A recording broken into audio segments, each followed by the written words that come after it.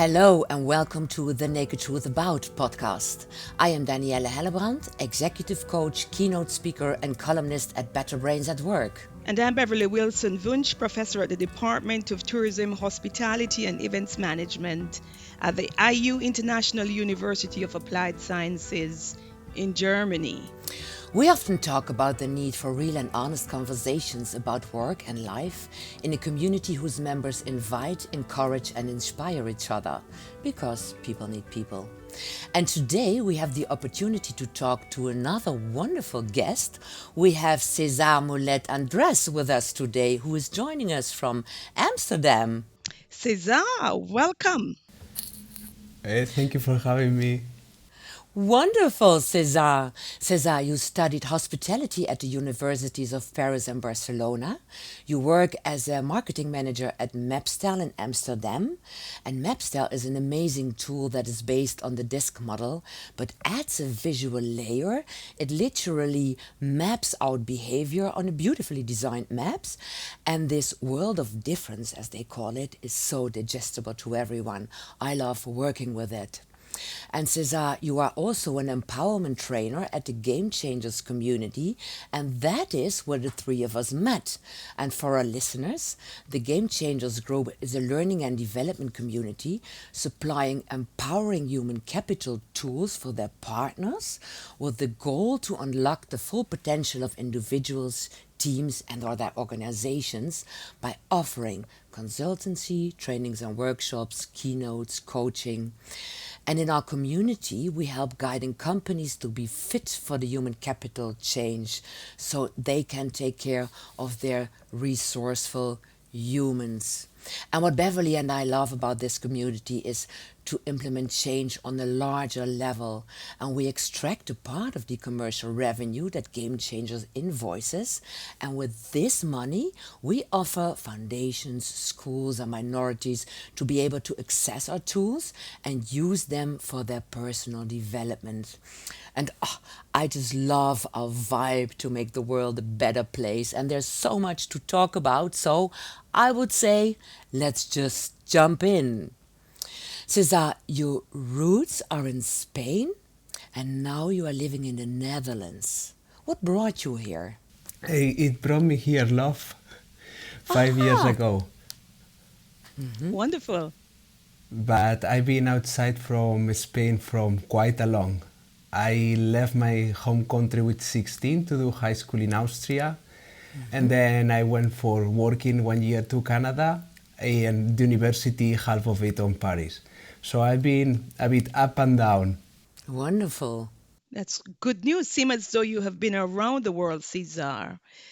But it's nice to have you here. One of the things I want to ask of you is to talk to us a little bit about purpose. What does that mean for you, Cesar?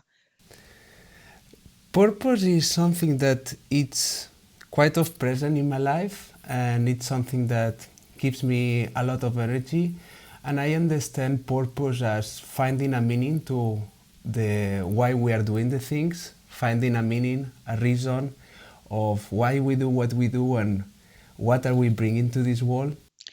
The other question I would like to ask there is something I noticed about you, and in all honesty, what drew me to you the very first time I met you at the European Mise en Place Cup when you were on stage accepting your gift because you won it for the best networker in the whole competition. That is something that was never done at the European Mise en Place Cup that takes place yearly in Maastricht. And you came and you just won the hearts of every single person in that competition, and therefore you were awarded a gift. One of the things I noticed was just how happy you are. Why are you always so happy, Cesar? I think when we have visited some dark places in life, we learn to see the light on it. Well, from very young age, I was not a happy child, not because I didn't have a happy home, but just because of how society makes us grow.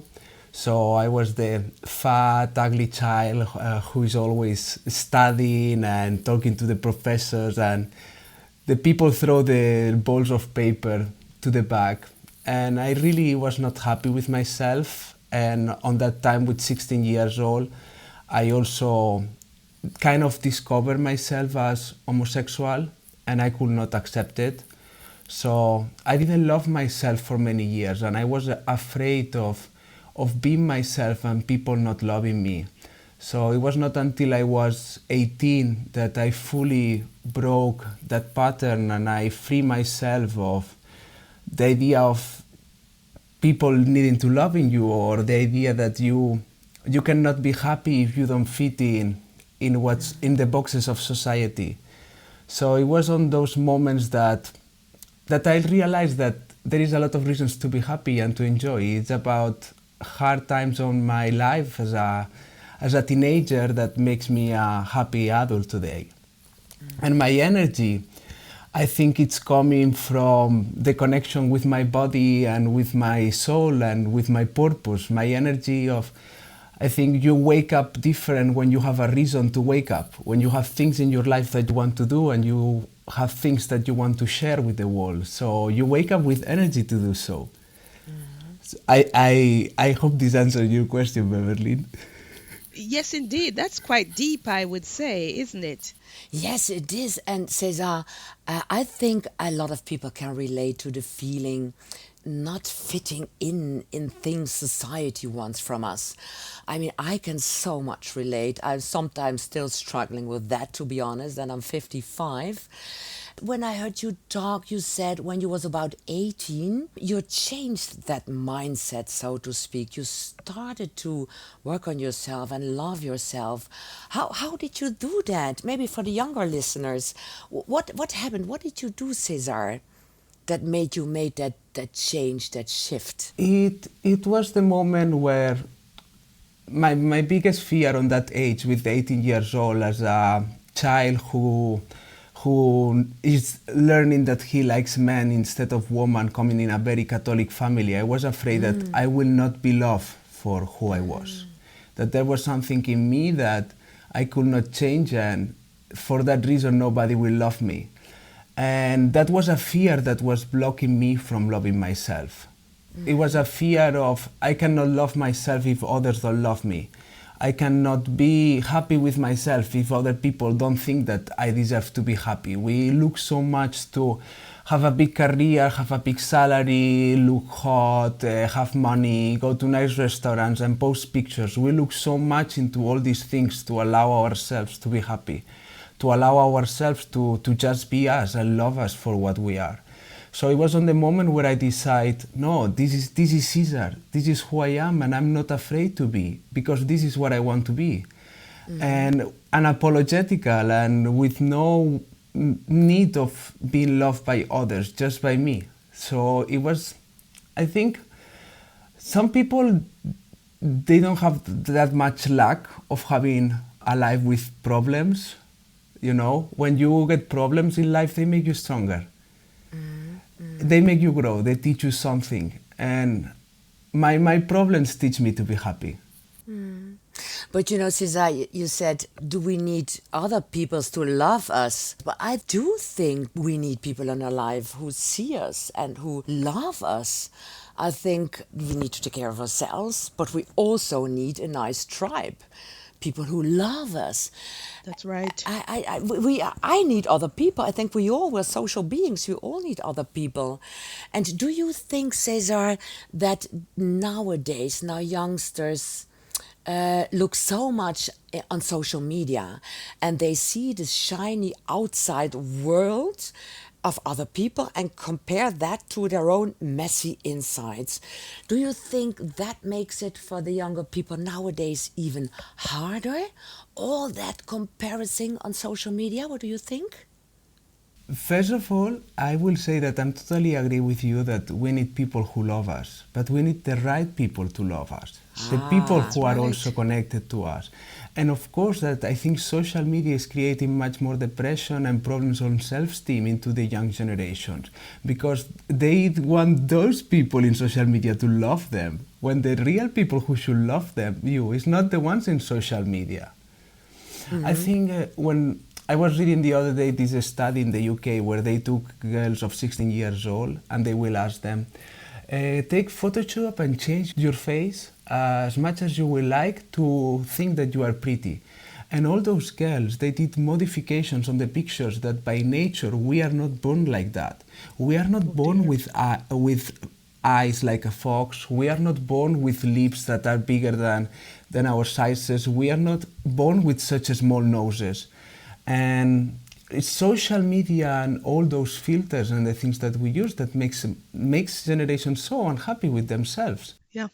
It's an interesting that you should mention that. Recently, with this AI generation, Cesar, what I see is that where you can actually recreate your face.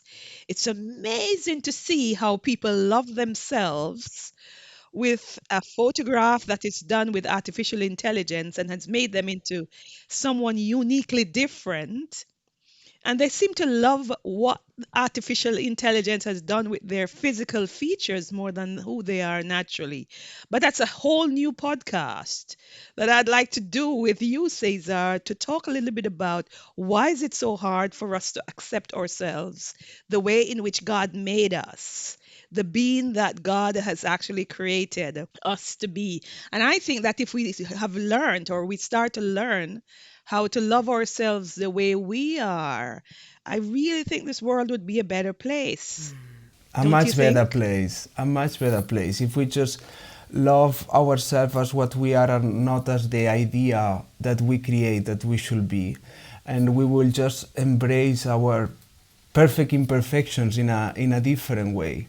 Because I think this is one of the main issues that people goes in their life, that we are born with things that we don't like. We are born with limitations. We are not capable of everything. And it's on the fact of accepting that because I have limitations, I can create a community. I can create a place where we can help each other, where we can grow, where we can see the beauty of our difference, the beauty of being who we are and the way we are. And not so superficial how we live today. We live in such a fast society, consuming society, that we even end up consuming people. We look to people like if they will be a product. Like, oh, I prefer it with a bigger nose. I prefer it with a smaller nose. I prefer it like we change people, like we will change our something from our outside. That's right. That's right indeed. My question would be now that you have learned to love yourself, Cesar, is there anything that makes you sad? What is really sadness, Beverly? Because I truly believe that in perception, in the way that we see things, and I truly believe in the yin and the yang, that there is no sadness without good and there is no good without sadness, and there is sadness inside the good and good inside the sadness. And of course there is things that can make me cry, or moments where I get into emotion that is not that it's not right, but because all the emotions are right, but you get to an emotion that it's more negative to you. But things that makes me sad, I will say if I will love a person that I love, or the wars or the bad things that are happening in the world, that just makes me sad. The people with no humanity makes me sad. Oh, I can relate so much, Cesar. It also crushes my soul. I can be so sad seeing that. People not being lovable to each other and not understanding the interconnectedness of everything. Oh, I would like to sign so much for all of us, a declaration of interdependence because we are interdependent. That's right. Cesar, what would you say is your greatest strength, your gift to the world or the people around you? What's your biggest strength? I think my biggest strength is not my biggest gift. My biggest strength will be that when I was always a little child, I've been very lucky of have a very wise grandfather who teach me a lot of things about life. And I could remember that I was obliged to go every Wednesday and every Sunday to church. And I will have to stay there in church for 30 minutes, 1 hour, totally in silence without, I could not do anything. And I will tell my grandfather always, but I get so bored. I get so bored. I don't like going to church. I cannot play. I cannot do anything. And my grandfather told me, you can learn to be curious about things. You can learn to be curious about life, ask yourself questions, talk to yourself. And with the time, I was like learning to play more and more with my mind. And my grandfather, I told him one day when I was a bit older, a lot of my friends, they are bored. They say they are bored. And he told me, children need to learn to get bored, so they learn to be creative. But adults who get bored are idiots. So I think my greatest strength has been this curiosity that my grandfather put a seed on me, my ability to find things to do, to enjoy life. And that is what really gives me power, my curiosity for learning and for doing. So that sounds like you do enjoy learning a lot of new things. I do. I do. You do? I do, Yeah. but I will say that I never master the things. Like, I try to learn so many different things, and every time something comes, like, I can be reading 3 different books in a same period, and then something new pops up, and my attention can sweep quite fast.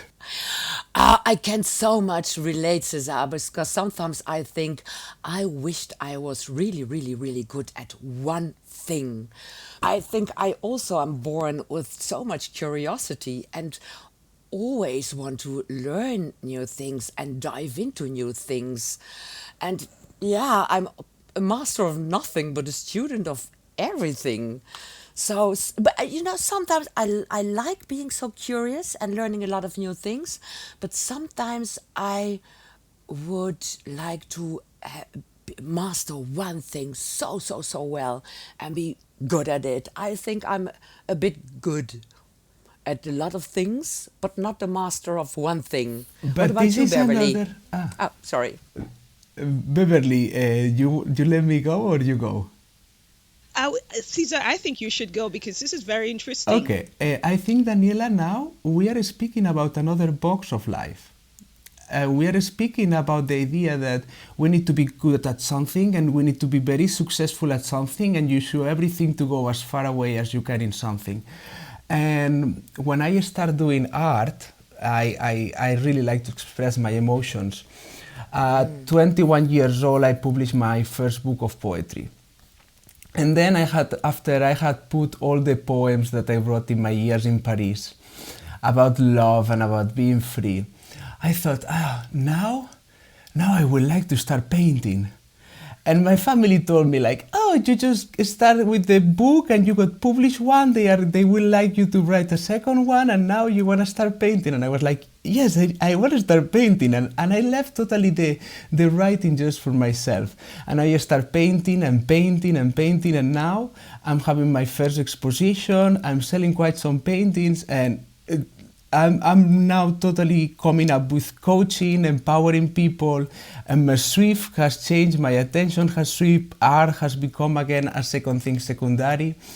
And I realized that many people think like, oh, Cesar, you don't finish anything. Cesar, you are not focused. Cesar, you are not consistent. You could go so far away if you will keep on pushing. And I'm like, do I really want to get that far away, or is society who wants me to get so far away? Why I cannot just be and Wow. enjoy as much as I want the different things and be a... I think this is what makes me good in networking or in creating connections with different segments of markets, because when you get experience in many different things, you learn also to interconnect that knowledge into using it in a different way. And I don't want to go far away with anything, but I want to expand, instead like in a linear way, expand like in a circular way all around me. I'm so glad, Caesar, that you mentioned that because as an educator, that's what we do very poorly, I would say. We tend to encourage students to be focused. We tend to ask them to essentially look at their learning style and say, how do you learn best? What exactly it is that you want to do in life? And I find listening to you, that might be the best way that we should be educating students today, to encourage them to go out there and look beyond themselves and sort of look for things that actually makes them a rounded person, more so than people who are in a box, rather than encouraging them to think out of the box. What would you, Caesar, say to young people in school, in university today, about how they should go about charting their career and their learning opportunities? Find purpose. Find purpose to anything you do. And some people think like purpose needs to be something very big, but purpose is the small things. What gives meaning to our life is small messages. If I speak from my own self and from my own truth with myself, I will say that for me at the beginning, when I was doing things and I was younger, I wanted to get famous, I wanted to have a lot of money, I wanted to be very successful. And it was on the moment that, for example, with hospitality, I swapped my focus from I want to be a career maker to I want to make people happy. I'm not here to make career, I'm here to make people happy. I start painting and I swap my purpose of I want to be famous for I want to bring color to this world. I want to do art. I want to write because I want to express my emotions and I want to bring light. And then I start doing coaching, and I don't do it because I like the applause, or I don't do it because it makes good money or whatever. I do it because my purpose is to help people unlock their full potential. I have found purpose in small things, and I think when you have this purpose is when even the storm comes and you are in the middle of the sea, you keep on going because you have a reason to keep on going. I'm not here, if they don't give me the promotion, I'm not here for the promotion, I'm here to make people happy. If my art doesn't get sold, I don't mind because it's fulfilling the purpose of bringing color to this world. If I'm doing a coaching and I can coach 5 people, I can make a arrow breaking for 20 people or maybe for 50 people.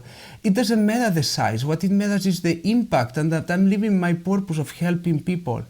If students find little purpose, not big things, but making people happy, creating a better world, find a reason bigger than yourself to do what you do.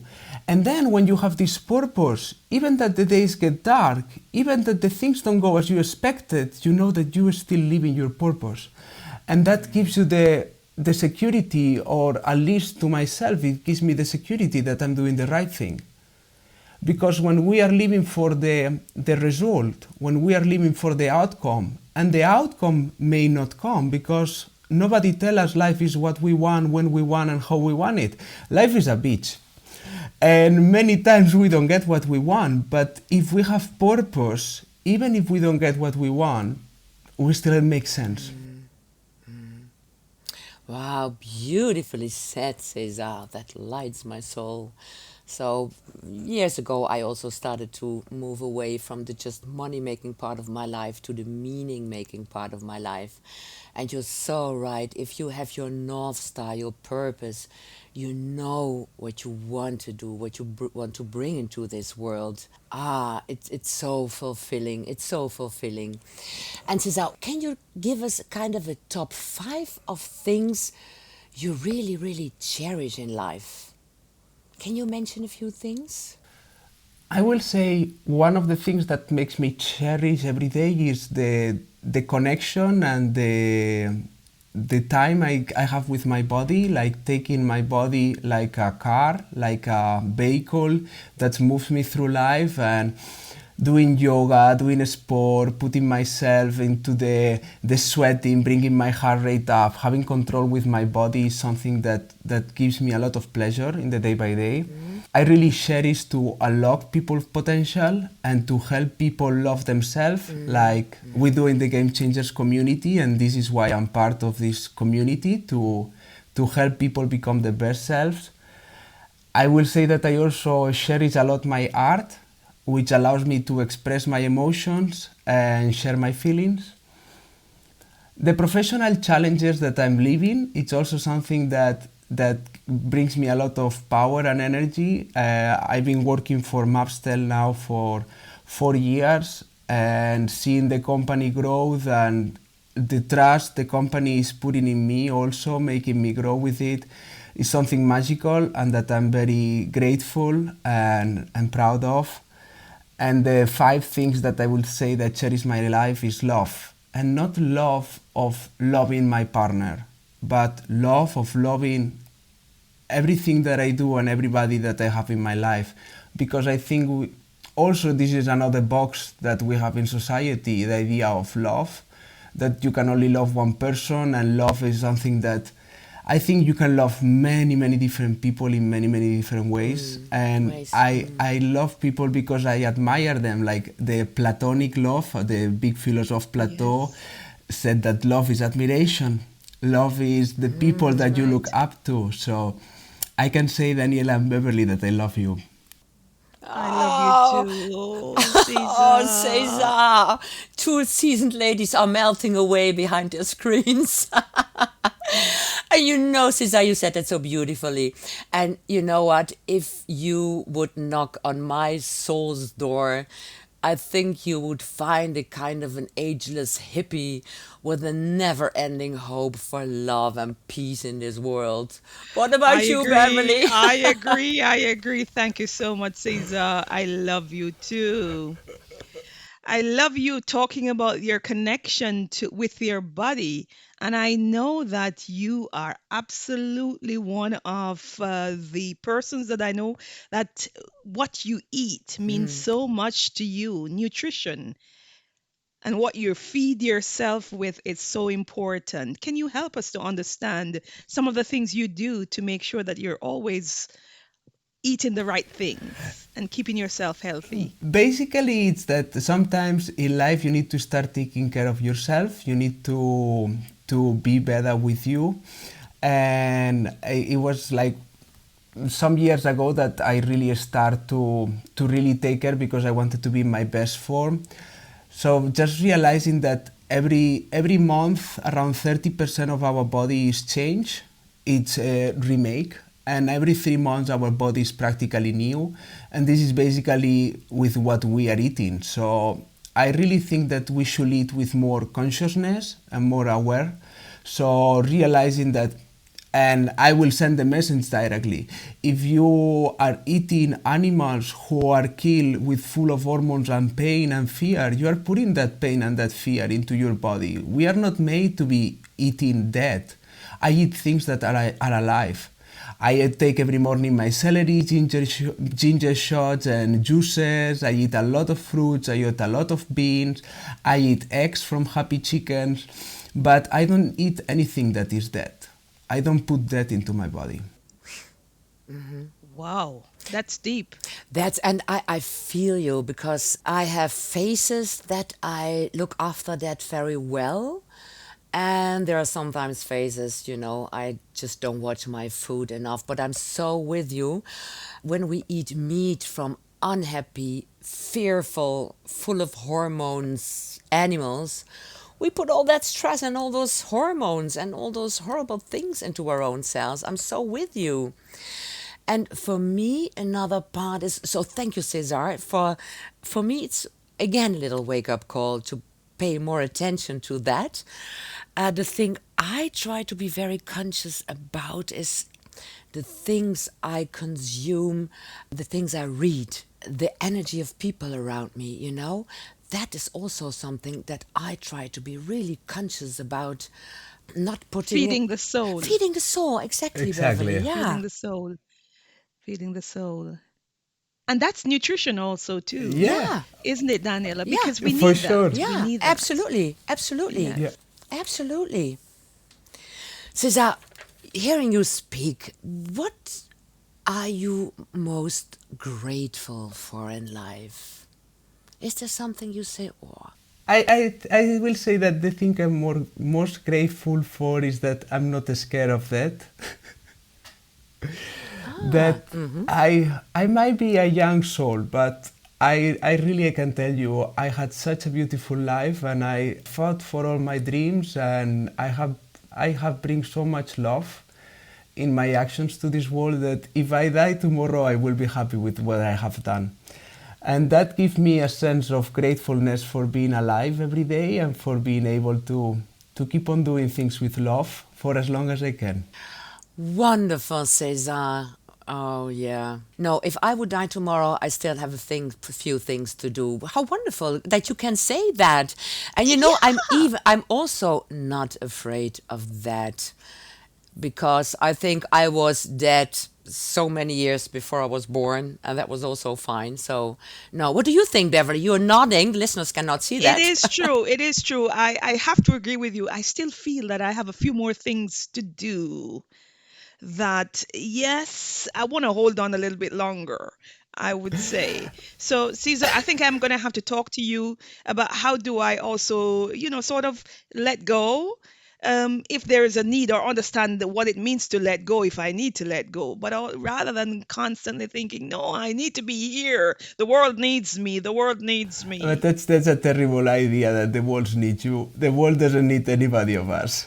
There you go. But I for agree. for me, it's a bit more like the idea that, of course, I have things to do, and if I stay here, I will keep on doing things. But at the end, no, none of those things are really relevant. I think when we take ourselves a bit out of this ego, that we think of, oh, the world leads us, the world will not happen without us. When we take out our ego and we just connect with the idea that we do things out of love, and that's the most important. So if I'm gone tomorrow, there will be one less person making things out of love, but the world will keep on going. Thanks for that reminder. 2 minutes before I came in this podcast, my daughter told me exactly that. What did she And I tell you, think Beverly? exactly that. The world can still go on without me. Yeah. And I need to accept that. Yeah, because we put so much pressure into ourselves thinking that the world needs us. And we create so much things that are become heavy to us. Like when I was leaving to Vienna, to Austria, with 16 years old, I was very young and I asked for a scholarship and I got it. So a family in Austria, they adopt me to go do there the high school. And my grandmother, before I left, she told me, Cesar, in this life, you have a backpack, an imaginary backpack, like the one you take to school. And every problem, every worry, everything you believe that you are the only one that can do, it will be a stone that you put on that bag. And that bag will get heavy and heavy and heavy until the moment that it breaks. And you need to stop to fix your bag, but also see what you do with all those stones that you put on it. So don't let any stone come into your bag. Take yourself out of this idea of the world needs you. Take yourself out of these worries and problems because they just make you heavy. They don't let you be light. What a wise grandma you have. What a wise granny. And Beverly, I know you and I, we worry, I think, a lot about the things and we put a lot of pressure on our shoulders. We think we have to do a lot of things. Is that the generation we come from? What do you think?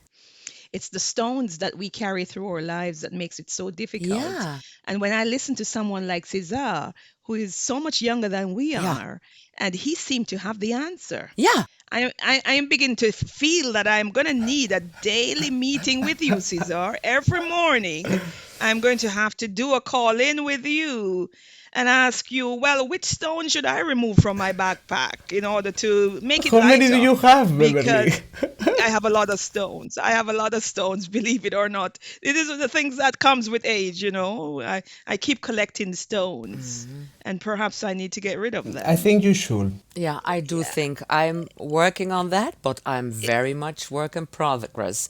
And that's that's the right. beautiful thing that we talk about these kind of things because I really think the most personal is the most universal. There are so many people having that same feeling or wrestling with the same things. So that's why I love these kind of conversations. Perhaps I would like to ask you, Cesar, what would you say is one thing that you would like to change in this world? There is so many things that we could change in this world, but I will just coming back to the conversation of before. I would like to maybe have a bit more of love for what we do and the people who is around us, and also to find a bit more of purpose or faith into our societies, because one of the things that I see a lot in, especially in my generation, is that we don't believe. We don't have faith in something bigger than us. And for example, when I was looking to the generations of my mom and my father, they were very, very Catholic, and they found some bigger reason into their actions and some bigger reason into their existence than just being here to do something. From very young age, I always ask myself, like, I could not believe in God. I'm not Catholic. And I always ask myself, like, what do I believe? I become an atheist? I don't want to also be somebody who doesn't believe in anything. So then I start to kind of ask myself, what do you believe on, Cesar? Because religions, they were created for this. People didn't know in what to believe, so we created religions so people could find something to believe. And I told myself, find something in what you believe on.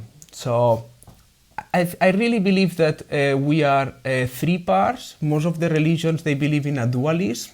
They believe in two parts, body and soul. I believe in a animal body, a human mind, and a divine spirit or energy. And I would like to change in the world to get people a bit more of belief, a bit more of faith that we are connected, that we are one piece. Because when I look to myself, I see this animal body who, the desires that we talked before, like the desire for sport, for food, for pleasure. My animal body is something that I like to control a lot, that I don't like to let it go by the pleasures. I don't like to eat by pleasure. I like to eat for what my animal body is needing. Then I have this human mind, which will be this, what we were saying of what do you feed your human mind, which people do you connect, which communities are you part on. And then we have this spirit, which is the energy of life that we all share and that connects us with the trees, with the animals, with the day, with the night, that connects us with everything around us. And when I start believing in something bigger than just myself, then I could find even more connection to my existence, or more connection to do the things out of love, because we are all love. And I think you're right. Human beings have this deep need to believe in something, whether it's in higher energy or power. And I think it doesn't do us good if we don't have something, a higher energy or power, or whatever you might call it. I think we people need that. What do you think, Beverly? What means faith to you? 100%. 100%. I am a Christian. I believe in the idea that there is a God, there's a higher being. I believe in a creator, and that's my sense of sustenance. That's where I gain energy on a daily basis, believing that there is a higher power that is guiding my steps on a daily basis. Might sound strange to Yeah, some to some people. people this must sounds strange, but we all should find something in what to believe, and this is also why the reasons of we are becoming more individualistic and more selfish, because we don't believe into something that connects all of us. And when I look to these young generations who they don't believe their actions affect others, we become this very self-centered society, posting selfies every day, waiting to be liked, waiting to be famous, waiting to have money, because we have lost the connection with community, with what we have around, connection with the idea of I don't put a tree so I will get the shadow. I put a tree so the next generation will have shadow and fruits. The idea I don't clean the streets because I want to have the street clean. I clean the streets because I want everybody to have a clean streets. I'm connected to a community. I'm connected to a society that tells me I am human, but you are also human, and together we are humanity. And it's on the moment where we connect with this humanity, we connect with this life, that we start treating things with love. And this is what the young generation is missing, and I would like to change. Find a bigger purpose, find a bigger faith, find something that connects you with the world that we are. And then when you have this connection, it's also easy to do small things, because when we want to do such a big things, like I want to change the world, we don't even know where to start.